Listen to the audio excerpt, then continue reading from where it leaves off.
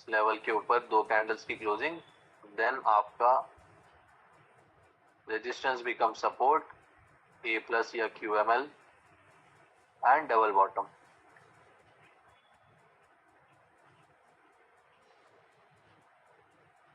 ठीक है, फिर इन तीनों में से कोई एक का टेस्ट करके मार्केट फिर ऊपर चला जाएगा।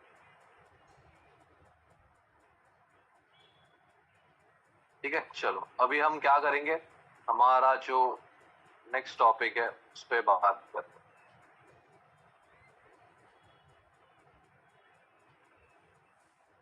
बहुत से एग्जाम्पल है चेंज ऑफ कैरेक्टर के।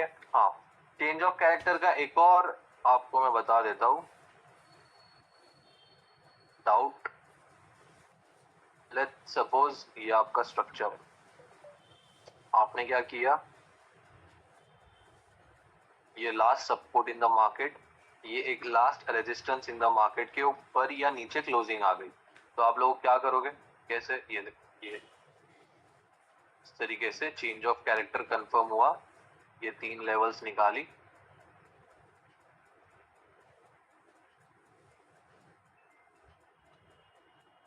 ठीक है। ये एनोटेशंस मत करो गाइस नेक्स्ट टाइम से।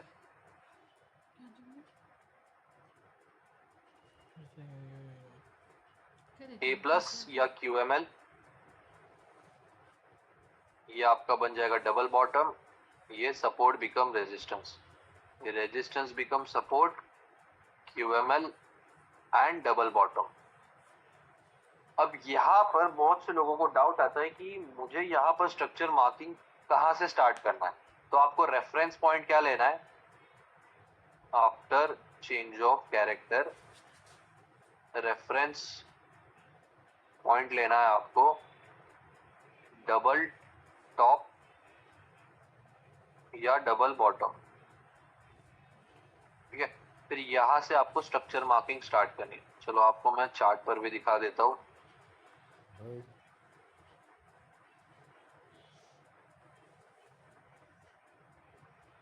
यहां पर देखो, स्ट्रक्चर मार्किंग स्टार्ट करेंगे, ये 1, इसको मार्क करके एक्सटेंड कर दो। ठीक है, यहाँ पर 2 कैंडल रिट्रेसमेंट आई है, सो जो भी हाईएस्ट पॉइंट रहेगा यहाँ पर उसे मार्क करके एक्सटेंड, ये आपका लेवल 2 एंड यहाँ पर लेवल 3, क्योंकि यहाँ पर भी 2 कैंडल रिट्रेसमेंट आई है, सो इसे भी हम लेवल 2 मार्क करके एक्सटेंड। गाइस ये एनोटेशंस मत करना, कौन कर रहे हैं? ठीक है। आपको अगर डाउट है तो आप टीम मेंबर को कांटेक्ट करें, और मैं यहाँ पर चैट ओपन भी करूंगा, सो पेशेंटली वेट करना। मैं नेक्स्ट टाइम नहीं बोलूंगा, सीधा वेटिंग रूम में डाल दूंगा। ठीक है गाइस, चलो थैंक यू। ये आपका लेवल 2,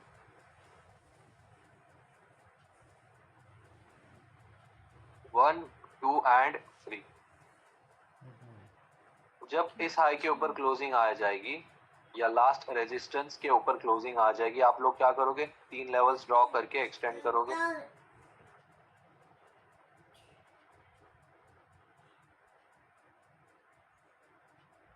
अब इन 3 लेवल्स में से स्ट्रक्चर मार्किंग कहां से स्टार्ट करनी, जैसे मैंने आपको बताया कि डबल बॉटम या डबल टॉप आपको रेफरेंस लेना है।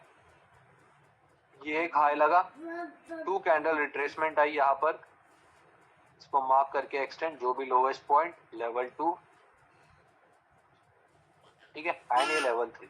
सेम यहाँ पर भी इसको मार्क करके एक्सटेंड करो, जो भी लोवेस्ट पॉइंट है, क्योंकि 2 कैंडल रिट्रेसमेंट आ चुका है, जो भी लोवेस्ट पॉइंट है उसे मार्क करो, एक्सटेंड करो और मार्किंग कंटिन्यू करते जाओ। ठीक है, सो इस तरीके से आपको डुअल नहीं, चेंज ऑफ कैरेक्टर के बाद स्ट्रक्चर मार्किंग को कंटिन्यू रखना है। यहाँ पर भी देख लेते हैं, ये बुलिश स्ट्रक्चर चल रहा है आपका।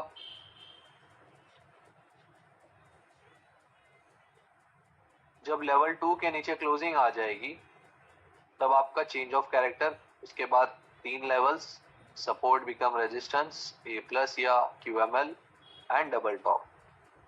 फिर डबल टॉप रेफरेंस पॉइंट पकड़ो, ये आपका 1, क्योंकि यहाँ पर 2 कैंडल रिट्रेसमेंट है, मार्क करके एक्सटेंड, ये लेवल 2, दोबारा 2 कैंडल रिट्रेसमेंट, हाईएस्ट पॉइंट, फिर ऐसे आपको स्ट्रक्चर मार्किंग कंटिन्यू करनी है।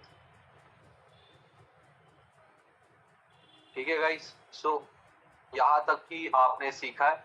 अभी हम डुअल चेंज ऑफ कैरेक्टर या एंगल्फिंग कैंडल रिट्रेसमेंट सीखने वाले हैं। अभी मैं आपको एक सबसे पहले चीज बता देता हूँ, ये हमारे रेयर केस कॉन्सेप्ट है। ठीक है, ये रेयर केसेस कॉन्सेप्ट है, मतलब ऐसा है कि जो एंगल्फिंग रिट्रेसमेंट है, एंगल्फिंग रिट्रेसमेंट, अभी तक आपने सीखा है टू कैंडल रिट्रेसमेंट। अब टू कैंडल रिट्रेसमेंट आपका 1 सेकेंड से लेकर 1 ईयर के टाइम फ्रेम में अप्लाई होता है। ठीक है, ये ऐसा है।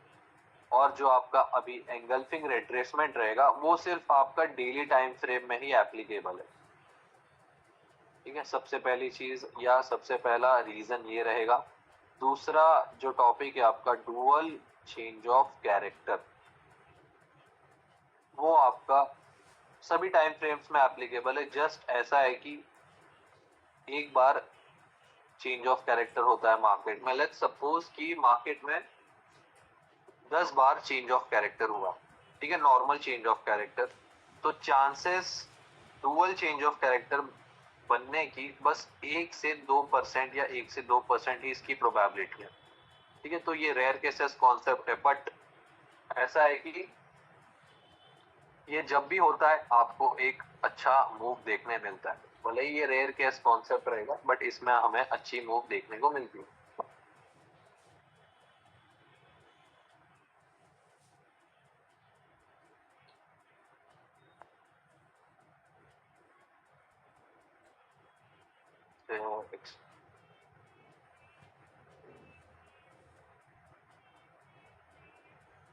तो सबसे पहला हमारा जो टॉपिक है अभी एंगल्फिंग रिट्रेसमेंट है।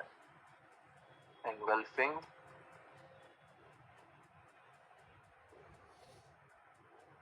रिट्रेसमेंट। सो आप लोग मेरे साथ कंडीशंस लिख लो। वैसे आपको पीडीएफ तो मिल जाएगी, बट कुछ चीजें ऐसी होती है जो मैं आपको जो बताता हूँ वो पीडीएफ में भी नहीं रहती। ठीक है,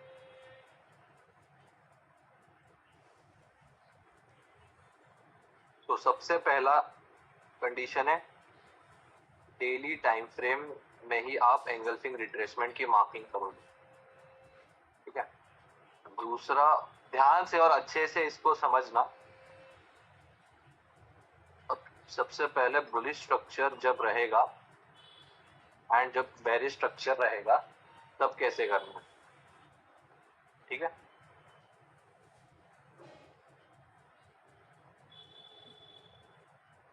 तो यहाँ पर एक कैंडल बना के दिखा देता हूँ। ये बुलिश स्ट्रक्चर है, यहाँ पर कैंडल्स ग्रीन रहेगी इस तरीके से। सो एंगल्फिंग रिट्रेसमेंट कैसा है ना, एक बड़ी रेड कैंडल रहेगी यहाँ से कुछ इस तरीके से, एंड इसे आपको रिट्रेसमेंट में कंसिडर करके स्ट्रक्चर मार्क करके एक्सटेंड करना होता है। अब यहाँ पर देखो, मैंने जो कैंडल ड्रॉ की है इस तरीके से ही सिनेरियो रहेगा। यहाँ पर एक ग्रीन कैंडल, नॉर्मल साइज या एंगल्फिंग कैंडल भी हो सकती है। देन उसके बाद जो रिट्रेसमेंट कैंडल आती है, अभी तक आपने सीखा है टू कैंडल, अब यहाँ पर एक सिंगल कैंडल या एंगल्फिंग कैंडल रहेगी। जिसे भी एंगल्फिंग कैंडल के बारे में नहीं पता है तो मैं बता देता हूँ कि एंगल्फिंग कैंडल आपकी एक बिग बार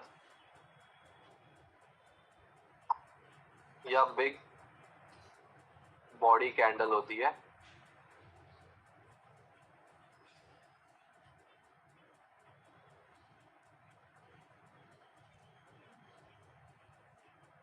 एक सेकेंड गाइस, कुछ माउस का ये हो गया, मैं रिकनेक्ट कर रहा हूँ।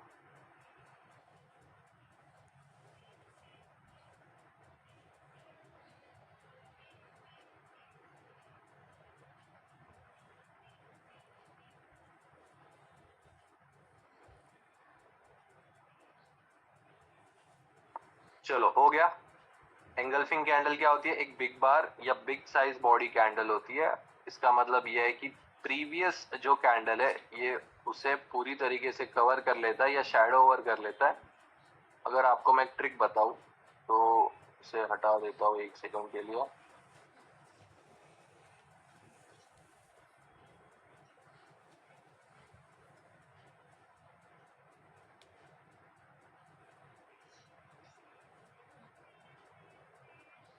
एक से रेड, हाँ। तो यहाँ पर देखना, ये हमारा एक स्ट्रक्चर है डेली टाइम फ्रेम में। अब यहाँ पर स्ट्रक्चर मार्किंग कैसे होगी? ये आपका एक हाई। अब यहाँ पर देखो, ये एंगल्फिंग कैंडल है, ठीक है, एक बिग साइज कैंडल है ये।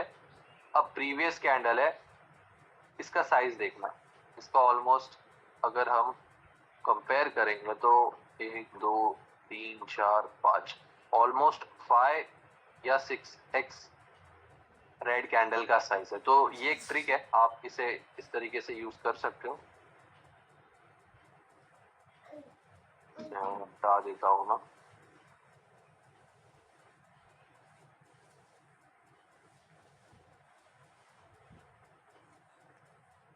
तो अभी आप ये लोग ड्रॉ करके रखो, कंडीशन लिखिए।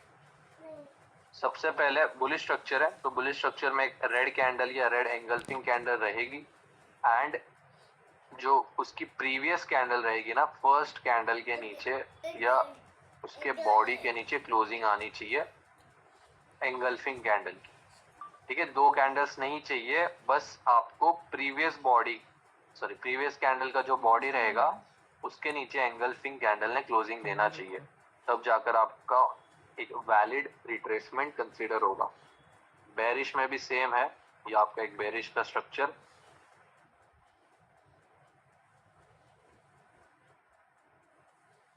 ऐसी कैंडल्स रहेंगी आपकी। अब जो रिट्रेसमेंट है वो ग्रीन कैंडल में आएगी, कुछ ऐसे। सो यहाँ पर भी इस तरीके से आ जाएगा, सेम यहाँ पर भी रहेगा। अब मान लो इस कैंडल का ना विक इतना बड़ा है, ठीक है। अब मान लो इस कैंडल का एक विक इतना बड़ा है, तो क्या यहाँ पर एंगल्फिंग हम मार्क करेंगे? देखो, विक चाहे कितना भी बड़ा रहे, आपको बस ओपन से लेकर क्लोज तक जो ये बॉडी रहेगी ना उसे ही कंसिडर करना होता है, ठीक है। बॉडी हमारा ये विक नहीं होता है, इसे हम विक में कंसिडर नहीं करेंगे। सो यहाँ पर जो इतना बॉडी क्लोजिंग है उसे कंसिडर करेंगे, तो इस बॉडी के ऊपर क्लोजिंग चाहिए। ये जो सिनेरियो है, क्लोज बिलो बॉडी रहेगा बुलिश स्ट्रक्चर में, और सेलिंग में रहेगा क्लोज अबव बॉडी, ठीक है। सो आप लोग ये लिख लीजिए एक बार, मैं वेट करता हूँ।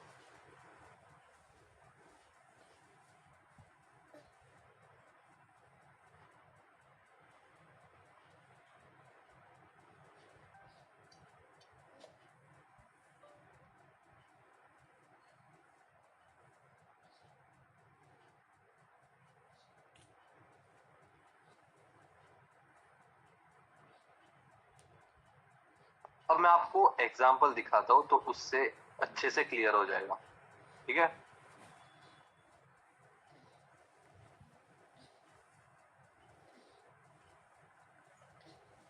यही हम यूरो नहीं, गोल्ड में देखते हैं।